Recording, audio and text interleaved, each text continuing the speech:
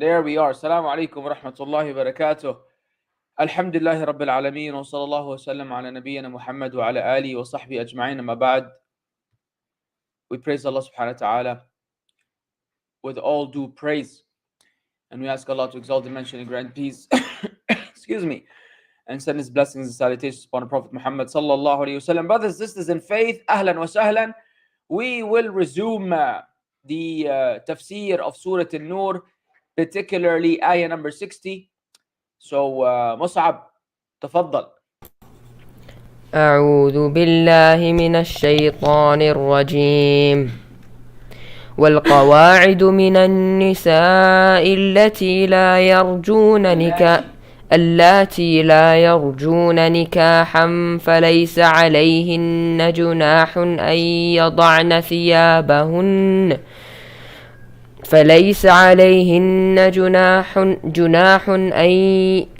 أن يضعن ثيابهن غير متبرجات بزينة وأن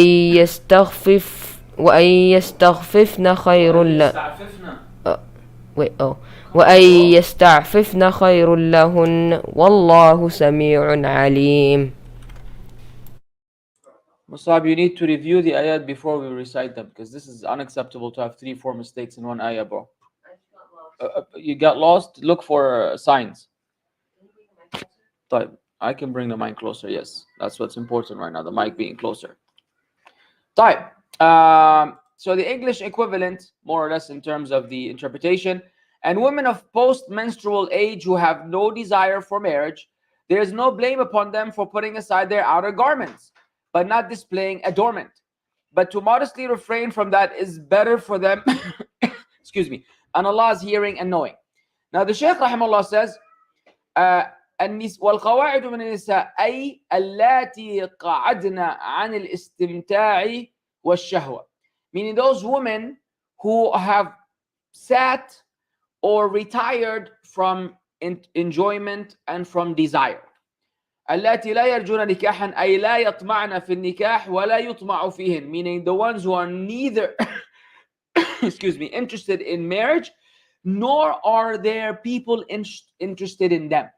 Okay, so they're not interested in others, and others are not interested in them either. So it goes both ways. وذلك لكونها عجوزا لا تشتهي أو دميمة الخلقة لا تشتهى ولا تشتهي. And that is either because she's old, she is very old, so she does not have desires, or because she has some damima, meaning she has some major physical defect that makes her not desire others or makes her undesirable to others, to men. فَلَيْسَ عَلَيْهِنَّ جُنَاحٌ أي حرج وَإِثْمٌ. So there's no sin on them. There's no blame, there's no sin. Haraj is blame, ithim is sin. أي يضعن ثيابهن أي الثياب الظاهرة كالخمار ونحوه. And that means the apparent clothing such as the khimar and its likes. الذي قال الله فيه للنساء, the one Allah said regarding to the women, meaning regarding the khimar to the women, وَلْيَضْرِبْنَ بِخُمُورِهِنَّ عَلَى جُيُوبِهِنَّ, and let them strike their outer garment or their khimar over their blossoms or bosoms, I'm sorry. فَهَؤُلَاءِ يَجُوزُ لَهُنَّ أَن يَكْشِفْنَ وُجُوهَهُنَّ لِأَمْنِ الْمَحْذُورِ مِنْهَا وَعَلَيْهَا. So those women in particular, it is permissible for them to show their faces because of the lack of issue either from her or against her, because of the aforementioned reasons that the Shaykh mentioned. Bismillah. ولما كان نفي الحرج عنهن في وضع الثياب ربما توهم منه جواز استعمالها لكل شيء دفع هذا الاحتراز بقوله غير متبرجات بزينة. Now when Allah Azza wa Jal He dismissed the sinfulness regarding putting away, or not having the outer garment, the khimar and its likes, maybe some would think that this is a permissibility for her to use this at all times or in all occasions. Allah removed that concern by saying غَيْرَ مُتَبَرِّجَاتٍ بِزِينَةٍ, without them adorning themselves with any adornment, with displaying any adornment. أي غير مظهرات للناس زينة من تجمل بثياب ظاهرة. Meaning they're not showing the people an adornment of beautification from the apparent clothing. وتستر وجهها, but then she covers her face. ومن ضرب الأرض ليعلم ما تخفى أو تخفي من زينتها, nor from the striking the ground so that the people know what she's hiding of her jewelry, which we've discussed in previous ayat. لأن مجرد الزينة على الأنثى ولو مع تسترها ولو كانت لا تشتهى يفتن فيها ويوقع الناظر إليها في الحرج. Because the very adornment on a woman, even if she were to conceal it, and even if she's undesirable, it still causes fitna, and it will make the person look at her fall into some sort of blameworthiness. So just because of the nature of men towards women, obviously. وأن يستعففن خير لهن, والاستعفاف طلب العفة بفعل الأسباب المقتضية لذلك من تزوج وترك لما يخشى منه الفتنة. And to do istifaf, which is to be modest, to be modest in general, the Shaykh said being modest is seeking modesty by following and applying all the means available, such as getting married and leaving that which will cause fitna. Wallahu Sami', may Allah forgive us. Wallahu Sami'un li jami' al-aswat, and Allah Azza wa Jal hears all the sounds.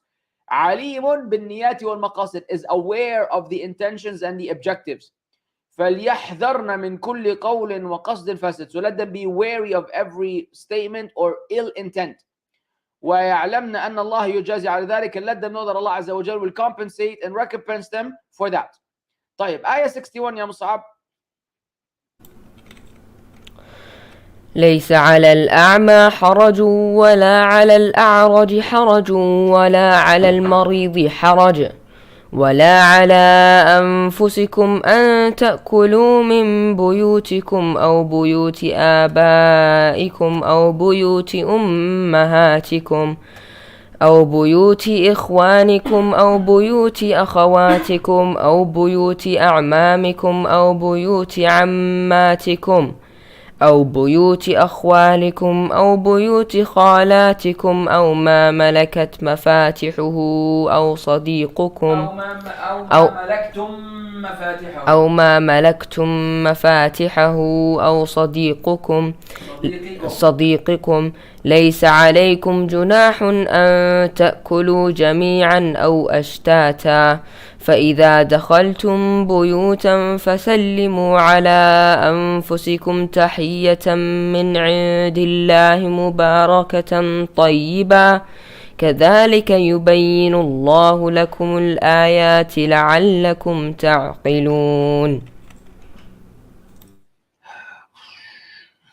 There is not upon the blind any constraint, nor upon the lame constraint, nor upon the ill constraint, nor upon yourselves when you eat from your own houses or the houses of your fathers or the houses of your mothers or the houses of your brothers or the houses of your sisters or the houses of your father's brothers or the houses of your father's sisters or the houses of your mother's brothers or the houses of your mother's sisters or from houses whose keys you possess or from the house of your friend.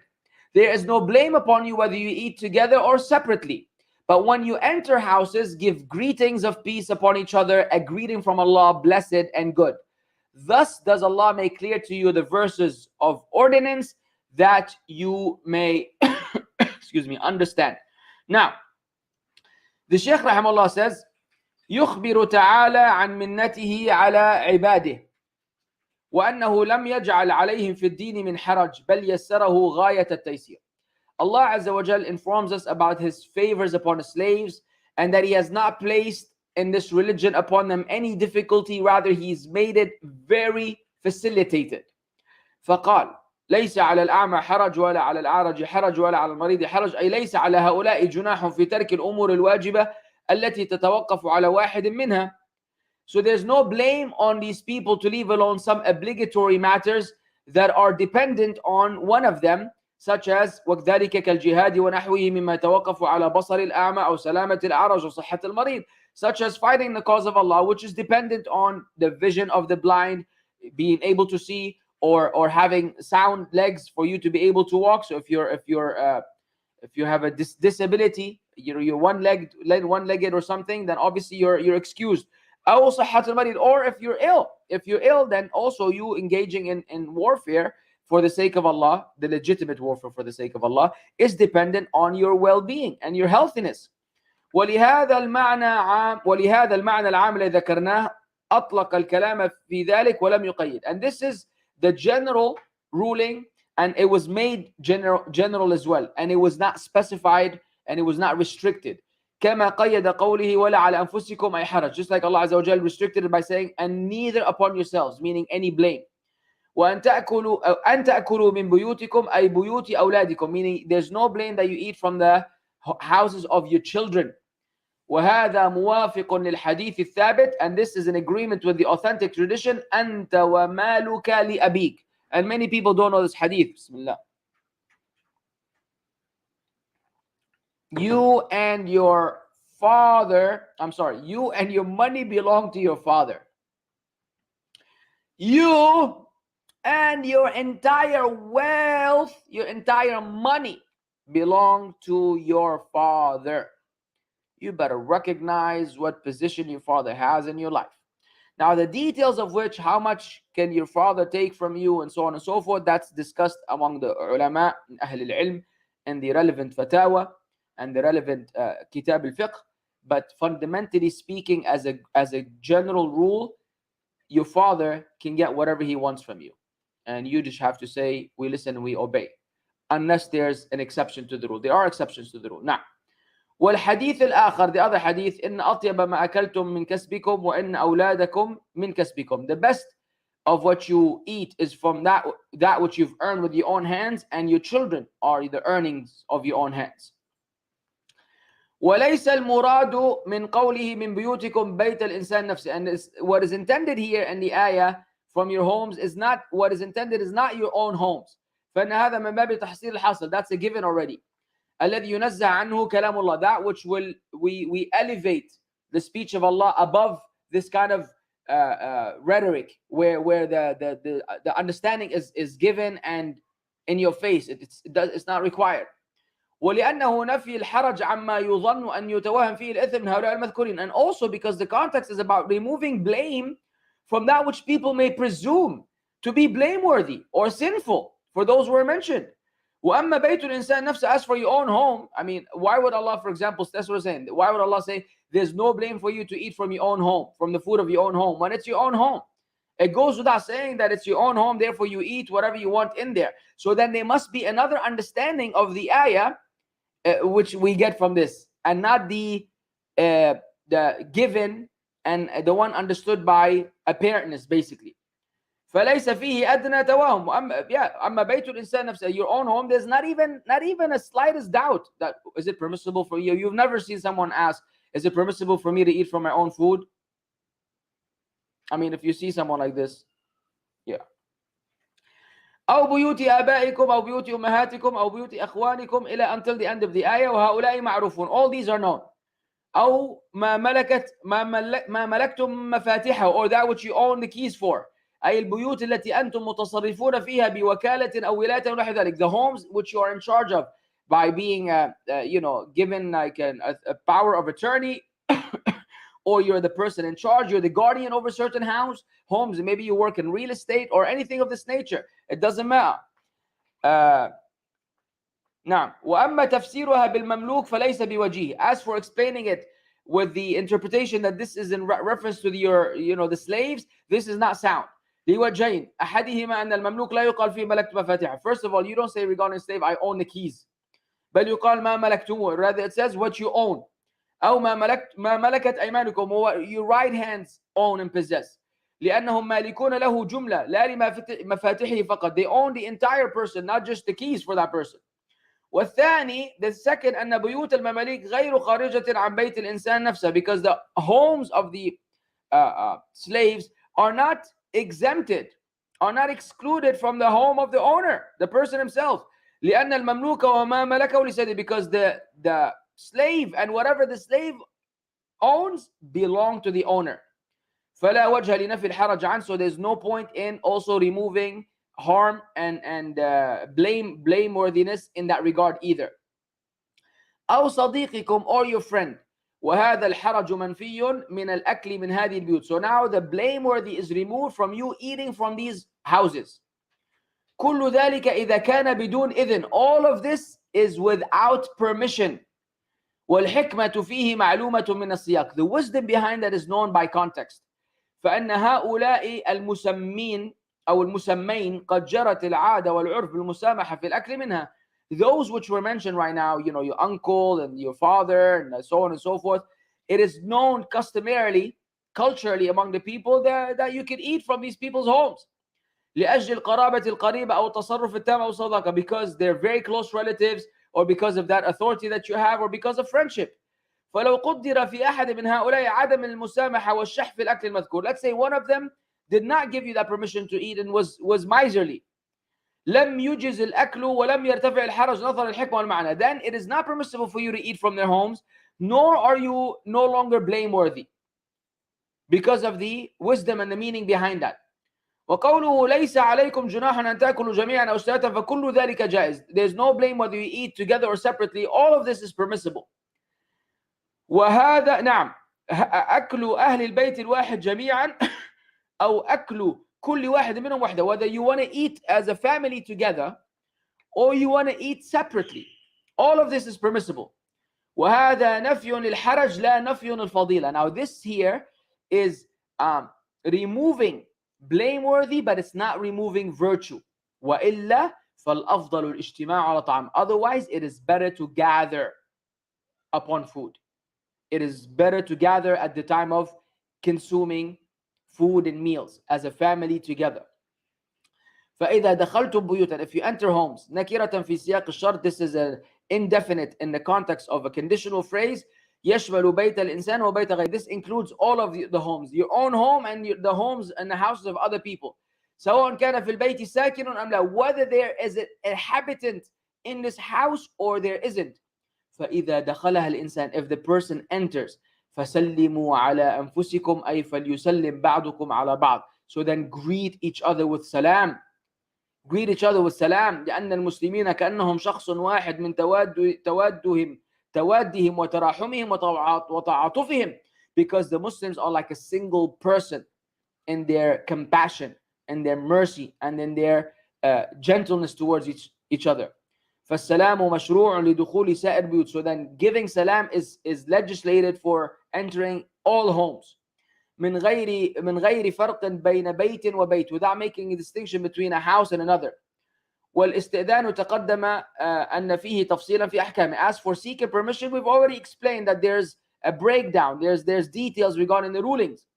ثم مدح هذا السلام, then Allah praised the salam فقال تحية من عند الله مباركة طيبة. It's a greeting from Allah that is blessed and pure. أي سلامكم بقولكم, meaning your salam is with your statement. السلام عليكم ورحمة الله وبركاته. So when you enter the homes of people, or when you enter your own home and there's people in the house, you say Assalamu alaikum wa rahmatullahi wa barakatuh. Well, according to the scholars, when you enter and there's no one except you, you say Assalamu alayna wa ala ibadillahi salihin. Peace be upon us and upon the righteous slaves of Allah. And inshallah, this will be a lesson for you. If we learn anything from today's lesson, this is a forgotten sunnah. It's a neglected sunnah that many Muslims don't act upon. And that is the sunnah of giving salam when entering the home. And furthermore, the sunnah of giving salam to yourself when you enter a home that has no inhabitants. It has no inhabitants. You enter your own home, you're the first person to go home, say Assalamu alayna wa ala ibadillah salihin. Some scholars say you just say Assalamu alaikum wa rahmatullahi wa barakatuh. No issue. But the bottom line is that you give that salam. And hopefully, bi'idhnillah, with the salam, the angels will be present, the shayateen will leave the house, unless you have pictures hanging in the house. Unless you're one of these people that are so fascinated with design and decoration and your achievements, and so you have a picture of yourself with your graduation outfit with that, degree in your hand and a smile. You have a picture of your grandfather, overseeing the entire house even after he died. Or if you're a hardcore Sufi, you have a picture of your sheikh in the corner of the house, so you could look at him and fall in love with him all over again, and have that romantic moment with your sheikh. Ya ta'ban, ya pir, ya ta'ban. Yeah. Depending on which category you belong to, you could be missing out on all the khair, where the angels don't even enter your house, because al-malaikatu la tadkhulu baytan fihi surah aw kalb. The angels do not enter a home in which there are pictures or a dog. If you got a dog, you're happy with your puppy, and it's such a cute puppy and it's running around the house the entire day, not only the angels do not enter, you also lose a qirat. You lose a mountain, equivalent of mountain of gold, a mountain of good deeds every single day you have the dog in your house. We're not discussing right now the saliva of the dog and the ruling thereof and all the other things that are related to doggies. Now, I agree, dogs are, in my opinion, are maybe friendlier than cats. But, in Islam, you have restrictions. If you have a dog, then it has to be a dog for a purpose, and it has to be a dog that lives outside. It cannot be an in-house dog that is just part of the family. You share ice cream and you share a meal. And, as you see in the Western world, the dog is more important than humans sometimes. Yeah. الشاهد يا جماعة الخير, please make sure that you give salam when you enter your homes and the homes of Muslims. أي إذ تدخلون البيوت تحية من عند الله أي قد شرعها لكم وجعلها تحيتكم. Excuse me. So when you enter the homes, you have this greeting from Allah. Allah has legislated that for you, and He made it your greeting. The salam is the greeting of the Muslims. مباركة لاشتمالها على السلامة من النقص وحصول الرحمة والبركة والنماء والزيادة. It is mubarakah because, first of all, it includes within it safety, and also safety from deficiency, and also it brings about the mercy of Allah, the blessing of Allah, prosperity and growth and increase. طيبة لأنها من الكلم الطيب المحبوب عند الله. It is طيبة, it is pure, because it is from the pure speech that is beloved to Allah. الذي فيه طيب نفس للمحيا ومحبة وجلب مودة, because it brings also purity to the soul of the person who's being greeted, and love, and it brings about also appreciation and compassion between the people. Of course, the salam should be given with a smile, and because the idea of the salam is that you make a dua for someone, so you give the salam accordingly. لما بين لنا هذه الأحكام الجليلة, after Allah Azza wa Jal showed us these lofty rulings, قال كذلك يبين الله لكم الآيات الدالات على أحكامه الشرعية وحكمها. So here Allah Azza wa Jal shows us the signs which indicate His legislative rulings and the wisdom behind it. لعلكم تعقلون عنه, perhaps you will understand, أي عنه فتفهمونها وتعقلونها بقلوبكم, so then you understand it and you comprehend it with your hearts. ولتكونوا من أهل العقول والألباب الرزينة, so you may be from the people of intellect and the people of the solid hearts and minds. فإن معرفة أحكامه الشرعية على وجهها يزيد في العقل وينمو فيه اللب وينمو به اللب, because knowing the legislative rulings of Allah in its proper form and context will increase in your intellectual ability, and it will also grow the essence within it. لكون معانيها أجل المعاني وآداب أجل أدب, because the meanings that you get from the understanding of the legislation of Allah is the most noble and the greatest of meanings, and the etiquettes are the best of etiquettes ever. ولأن الجزاء من جنس العمل, and because the reward is of the same kind as the same kind as the work or the deed itself. فكما استعمل عقله للعقل عن ربه, just like you use your mind so you may understand from your Lord, وللتفكر في آياته التي دعاها إليها, and because you're reflecting on the ayah that Allah invited you to, زَادَهُ مِنْ ذَلِكَ, Allah then will give you more intellectual capability. So what do we learn from this? We learn from this that the real intellectuals and the real intelligent people are those who best utilize their intelligence to understand the Quran and the Sunnah and to reflect on them. Anything other than that is utter stupidity. You can call it intellectualism all you want. You could call it academia all you want. You could pretend to be knowledgeable all you want. You could use the fanciest words and the most complex vocabulary. You could write the longest essays and novels. You could read the entire encyclopedias of the world. You could have all the doctorates, all the PhDs, all the masters in the world. If you don't understand the purpose of life, if you don't use this intellect to understand the Quran and the Sunnah, then you are stupid. Imagine how crazy that is. Because if you brought all of these achievements on Yawm al-Qiyamah and you stood before Allah and you don't have La ilaha illallah with you, you're not going to paradise. And if you somehow manage to live a life of 50, 40, 60, 40 to 60 years, whatever, and in your entire life you manage not to earn your salvation, and you manage to miss out on paradise and enter the hell forever, then what would you call this? You understand? That's like giving someone, not even, that's like giving someone, like that's someone being trapped. You know, they have these your mama jokes. Seriously, I remember these your mama jokes from back in the day. Is your mama's so stupid that she got stuck in a supermarket and she starved to death. It's like you being in a room full of food.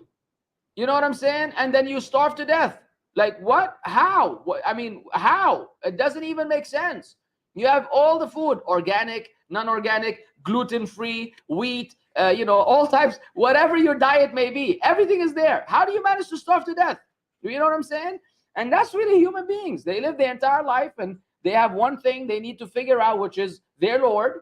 Okay, and they can still live life, they can still have a job, they can still be smart, they can still make, do business and earn money, and it's all good. It's nobody's telling them to retire from all of that. It's not like you go and retire and live on a mountain just worshiping your Lord. But still, you have an obligation to know your Lord, and either you'll find the wrong Lord, right, an entirely false God, or you don't find God at all, and you manage to live life like this.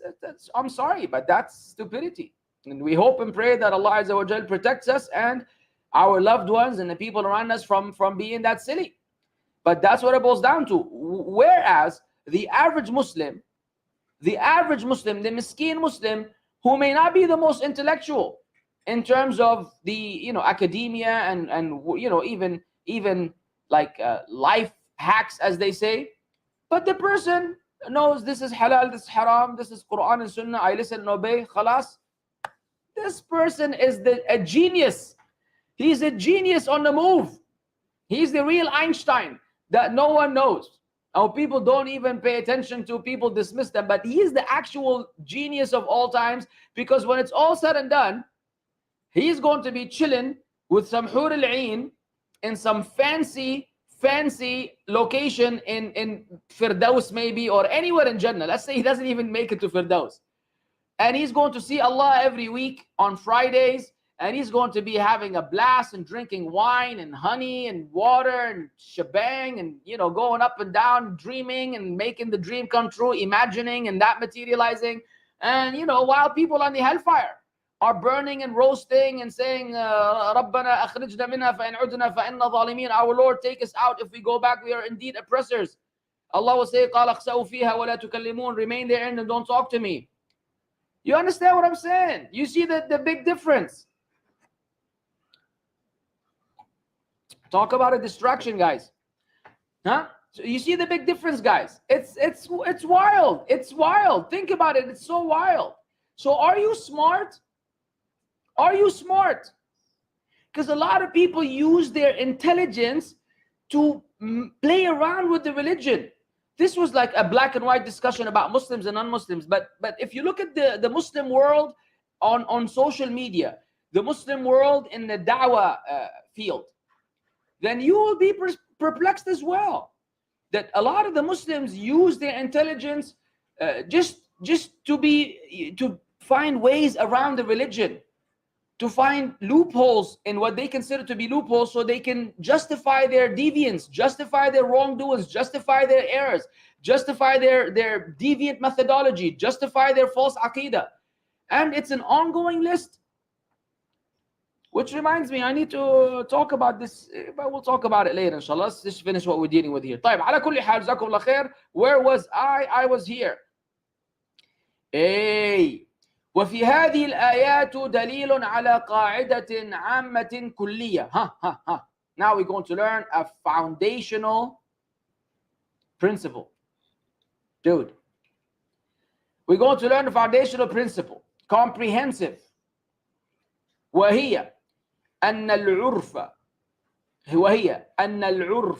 والعادة مخصص للألفاظ كتخصيص اللفظ لللفظ. And that principle is that urf is what is commonly known to people, what is customary among people, meaning customs, the customs of people, and the habits of people, that which is normal to people, the normal procedure. I mean, really, can y'all just stop fiddling with the camera so I can have a class? That the customary and the normal for people is specific to terminology. كتخصيص اللفظ لللفظ, such as specifying a certain term for another term. فإن الأصل أن الإنسان ممنوع من تناول طعام غيره. So for example, the fundamental principle is that you may not eat someone else's food. صح? Are you allowed to eat someone else's food? Can you go to the mall and go to the food court and you see someone sitting there having a burger and fries and just go and sit next to them as these pranksters do and then eat that person's food? Is that permissible in Islam? Absolutely not. You may not eat someone else's food.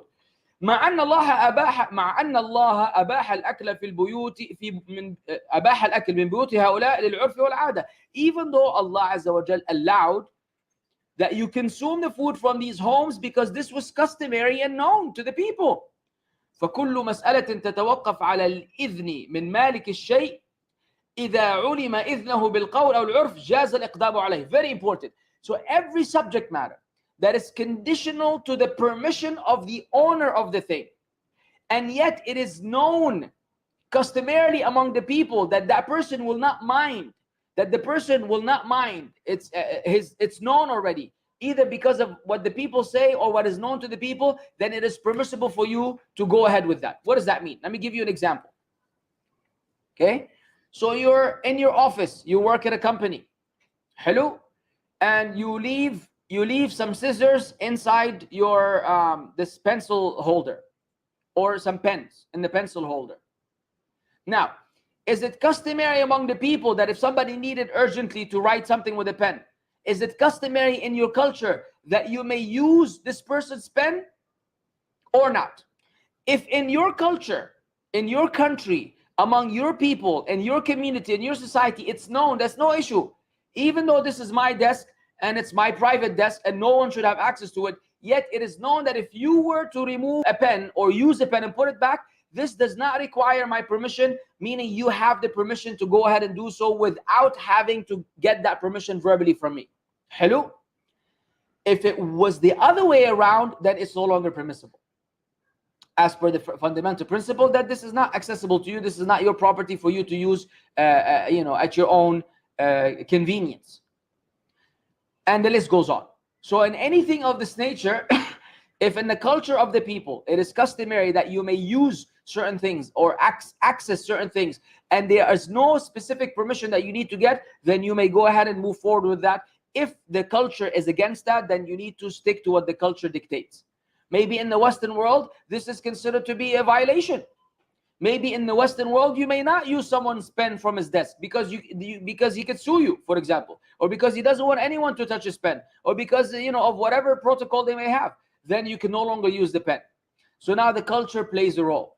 The culture plays a major role. And you see there's a vast difference in cultures between the Western world and the Eastern world, and this goes on. major discrepancies in culture, where something is considered to be norm in one place and the exact opposite in another place. So then you need to learn the culture of the people so you can behave accordingly. You need to behave accordingly. So for example, wearing someone's slippers, that's in the Western world and in most of the world, that's a no-no. That is a no-no. Just wear someone's slippers to go make wudu with them. We've talked about this in the past. Like, وفيها another قاعدة دليل على أن الأب يجوز له أن يأخذ ويتملك من مال ولده ما لا يضره لأن الله سمى بيته بيتا للإنسان. It's an evidence that the father may take from his son and own from the wealth of his son that which does not harm the son, because Allah called the house of his son his house. Tamam? So if a father needs to access something from his child, from his son, he has the ability to do so, provided that this is the condition that I was speaking to you about earlier. I was telling you about earlier in the Kutub al-Fiqh, that they detail the subject as long as there's no darar, there's no direct harm being applied to the child. You can't leave him broke where he's now begging in the street just because you say, anta wa maluka li abik. There's a breakdown for the issue, but fundamentally speaking, the father can take whatever his children own, because he owns the children and whatever the children own, which is very important. But of course, the father should be considerate. Obviously, if you are a father who's well off, or you're able to take care of yourself and you're financially stable, then you shouldn't take advantage of your kids. That's just the way it works. You should not take advantage of your kids and burden them with that which they cannot bear. وفيها دليل على أن المتصرف في بيت الإنسان كزوجته وأخته ونحوهما يجوز لهما الأكل عادة وإطعام السائل المعتاد. And there's an evidence that the one who's in charge of the house of the person, such as the wife, for example, the one who generally manages the house is the wife, right? The father is the boss and has the authoritative role. Everything's okay? The father has the authoritative role, but then the wife is the one who manages, the manager in a sense for that department, which is the house department. Or it could be your sister. Your sister, when she comes home, to your house, she's the one who manages everything, food and cooking and cleaning, or what have you, or the whatever, decoration, this and that. It is permissible for them then to eat and to also feed a person as customary, because they're representatives in that sense. وفيه, and also دليل على جواز المشاركة في الطعام, the permissibility of sharing food, سواء أكلوا مجتمعين أو متفرقين, whether they eat together or separately. ولو أفضى ذلك إلى أن يأكل بعضهم أكثر من بعض, even if this entails that some of them may eat more than others. And in most of the gatherings that I know, people wind up eating more than others. If you guys ask me sincerely, and a lot of you do ask, brother, how do I stay in shape? How do I not gain weight? I'm getting old. My metabolism is getting busted. Help, give me something. Say, listen, man, all I'm going to say is cut down on the amount of food that you eat and stick to the sunnah. It's very simple. When you go out and have lunch with people, have dinner with people, when you're out on your own with whatever, don't eat till you're stuffed. It's the easiest thing in the world. Say, Akhi, but I'm still hungry. Yeah, no. Eat so that you're no longer hungry, but you're not full either.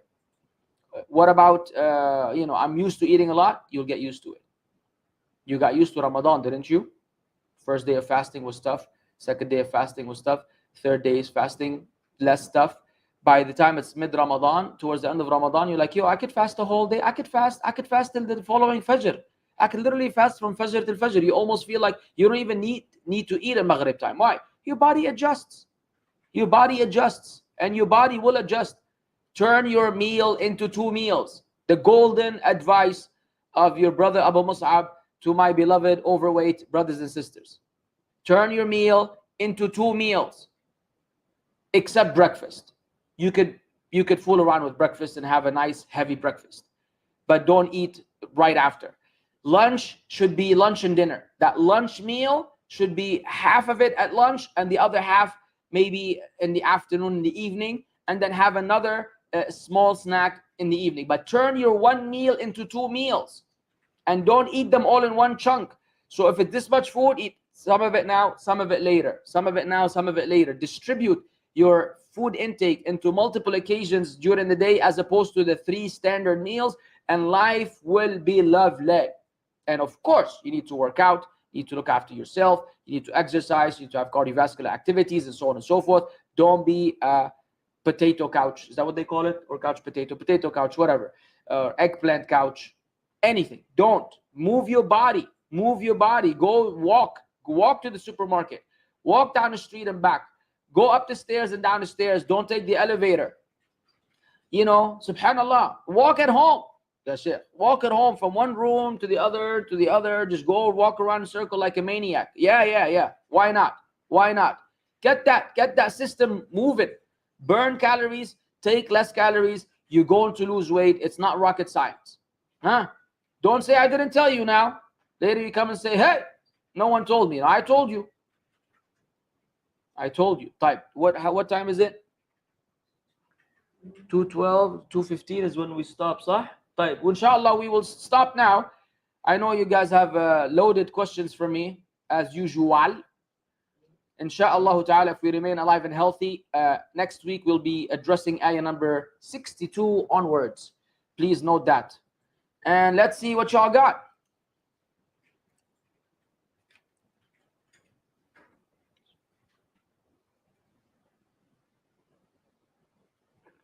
Alhamdulillah. Where's the questions, ya Sheikh? طيب تمام. Assalamu alaikum, Ustad. Alaikum salam. Prayer after the first sujood, when you say Rabbi ighfirli, I keep my finger up even when not in tasbih. Is this okay? Some of the scholars say yes because it's part of the dua, and some of them say no because there's no established hadith specific to that idea. So the popular position is that you don't keep your finger up when you do Rabbi ighfirli between the sajdatain. Wallahu a'lam. Should have shaved. Assalamu alaikum wa alaikum salam. I'm planning to try the Note 20 Ultra, previously owning an iPhone. Is it good? I heard some places have a different chip. Any other recommendations? Wallahi akhi, the Note 20 Ultra is an excellent phone. It is the older phone now, because if you want to go for the latest flagship, you should go for the S22 Ultra, which has an S Pen embedded, but that's a little expensive. I respect that you might not want to pay that much money. But whether you go for the Note 20 Ultra or the S22 Ultra, you're in good terms. In terms of the chip, you have no control over that. It's regional based. So the Exynos 2200 is a good chipset. The Snapdragon 8 Generation 1 is an excellent chipset, perhaps better than the Exynos. But in reality, those differences are only found when people benchmark those two chipsets and they compare them next to each other. Otherwise, as a user, it will not make any difference to you. So whatever's available in your market, just get that. Don't get anything from outside. Meaning, if you're living in America and they have the Snapdragon version, don't go and get the Exynos. It's not going to be good for you, right? There will be issues with the software update, with the network. Keep it as is. Now, shukran. Next. Standing next to Rasulullah's grave and asking him his intercession. Is this shirk akbar? Is this calling on to other than Allah? Wow. Yes. Yes. That would be calling on other than Allah, because you're speaking to a dead person. Now, sorry. Abshir ya Ustad. Anything else, sir? You're gonna hook up Binyamin, huh? Ruling on a man tying his hair in Saudi due to sports like football. It's hard to play as it gets in my face, so I could tie it in a ponytail. Yeah, Benjamin, you want me to be frank with you, Habibi? You want me to be honest with you? Look at this, bro. Look at this. So when you go like this, you get slapped by your own hair like 15, 20 times. When I go like this, I feel fresh air and happiness. Get rid of that hair, ya Sheikh. Bala ponytail, bala battikh. It's a ponytail, a man walking around with a ponytail. If somebody's racing or chasing you and you're trying to run away, they grab you by your head and yank you backwards. You're like, oh, and then you break in half. Get rid of that hair. Sorry. Such a savage uncle. That's what they told me on the football pitch. They said, are you old or young? I said, I'm old. He said, oh, because then we have to call you uncle. I said, okay, I am Uncle Abu Mussab. Next. Can we listen to talks of Sheikh Abdul Hamid Kishk? No. Abdul Hamid Kishk, rahimahullah, had the aqidah that is not in line with Ahl Sunnah wal Jama'ah. His methodology was not that of the Salaf, and he had a lot of shirki beliefs and a lot of Sufi tendencies. As much as I was influenced in the beginning by his lecturing style and his authoritative nature and his dominance of the pulpit, and I was heavily influenced by him, rahimahullah, but that was when I was ignorant. Once I learned this religion, I realized that unfortunately Abdul Hamid Kishk had a lot of issues. We ask Allah to pardon him and forgive him. We know that he died in the state of sujood as far as the narrative goes, but what's, the truth is above everybody. Now, next. Look, ya Mussab. Ya Binyamin, uqsum billah leka. You want to get banned? I have a CT scan tomorrow 3 p.m. so I can't play basketball, but we have a basketball court by us, which is normally empty in the afternoon. So can I have one-on-one? Yeah, Binyamin, look at these masakin here. Anna, I've seen you run. And once I saw you run, I already understand that if I play basketball against you, the score will be 100-0. You will not score a single basket. Yeah, Habibi, why do you want to embarrass yourself and destroy your youth and your adulthood by having a savage put an end to your athleticism and your career? I will end your basketball career. You will not be able to dribble a basketball again. And the problem with me is that I also, I go to gloat. I would put this on Facebook. I'll put it on YouTube. I will make a big public scene. It's not like I'm going to let you slide where, it's like, conceal him. No, I would burn you out. Why would you want to mess with fire, ya akhi, knowing you're going to get burnt? Let it go. If I come play one-on-one against you, it will be, you will not sleep for weeks. Your father will hate me. And I love your father. He's going to call me and say, what have you done to my son? He's in the bathroom crying. I'm going to say, uncle, wallah, uncle, I warned him. He doesn't listen.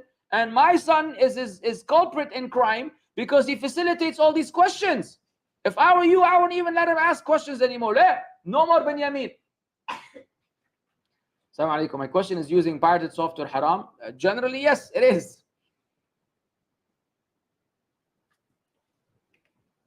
Next. In Sahih Muslim summarized version and Tafsir of Kathir translation of Dar Salam. Good. Yes, inshallah, they are.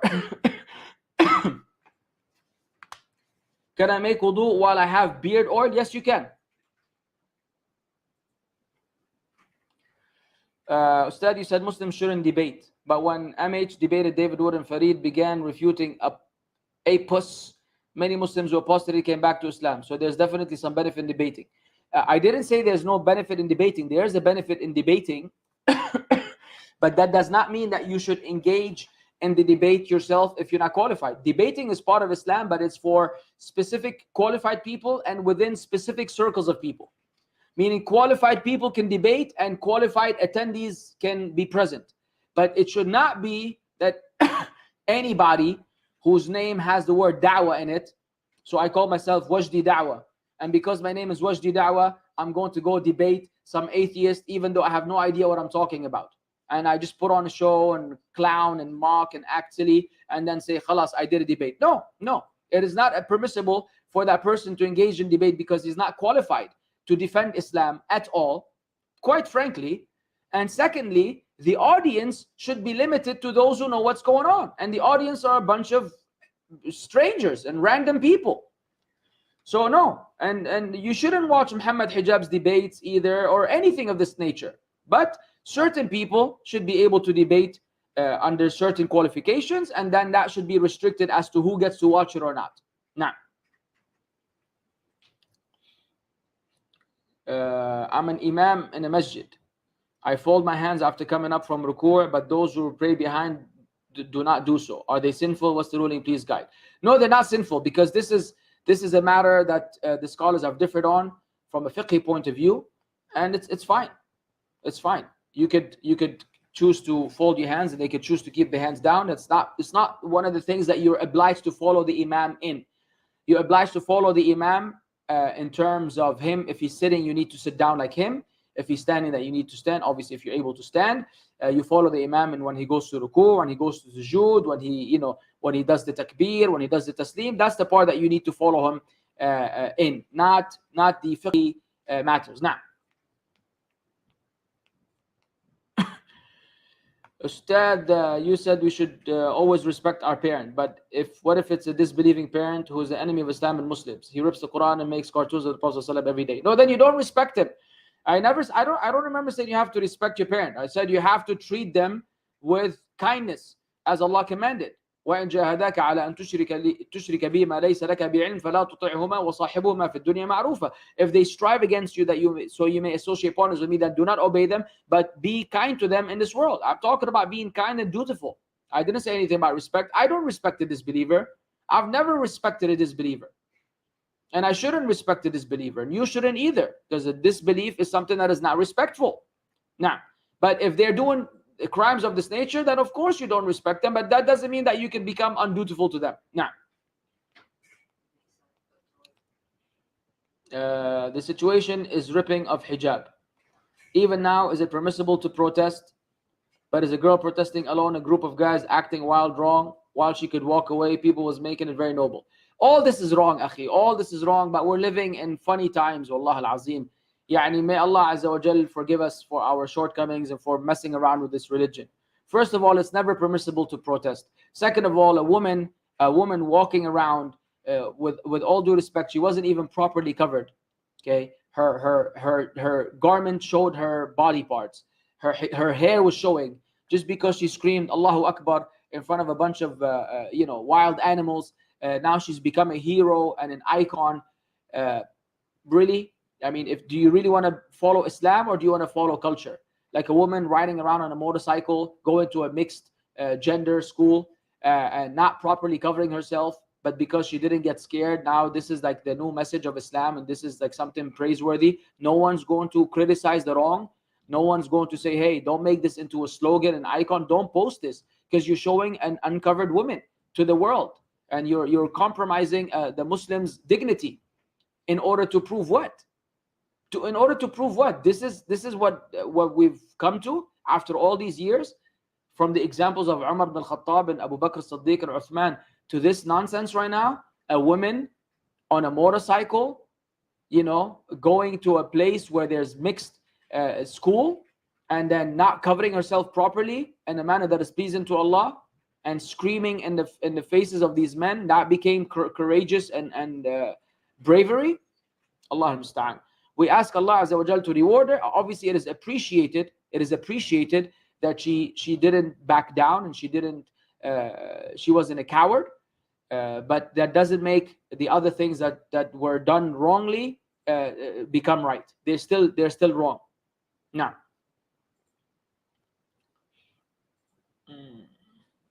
Yalla ya Shaykh. Any words of advice on how to stay motivated and develop discipline?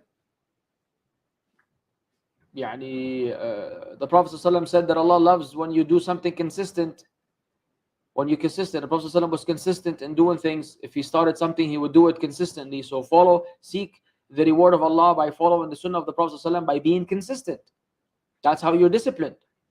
Because Islam is a religion of discipline. And Islam is a religion of motivation.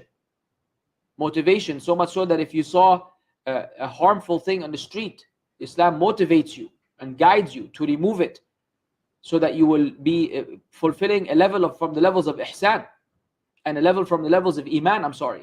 You're displaying your faith by removing harm from people's way, and that you're promised Jannah and your sins may be forgiven. Subhanallah, what else do you want? Even the simplest thing of removing harm from people's way is so rewarding. How motivated do you need to be? That's all the motivation that you need. Discipline? Come on. Look at the discipline of the Prophet ﷺ. Look at the discipline of the Sahaba. They exemplified that. It's a beautiful thing. Now,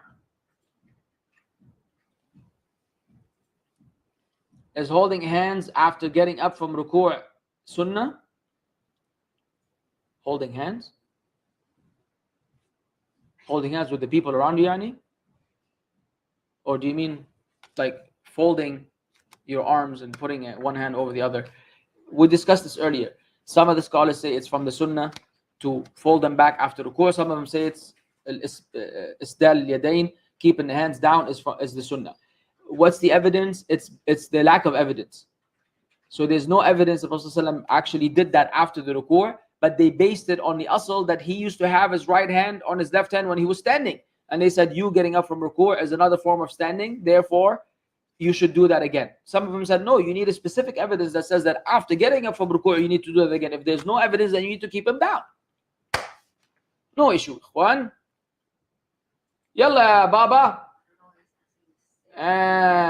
May Allah bless you immensely, Ustad, and make you become a sheikh. Does it look like I'm ever going to become a sheikh? MashaAllah alayk.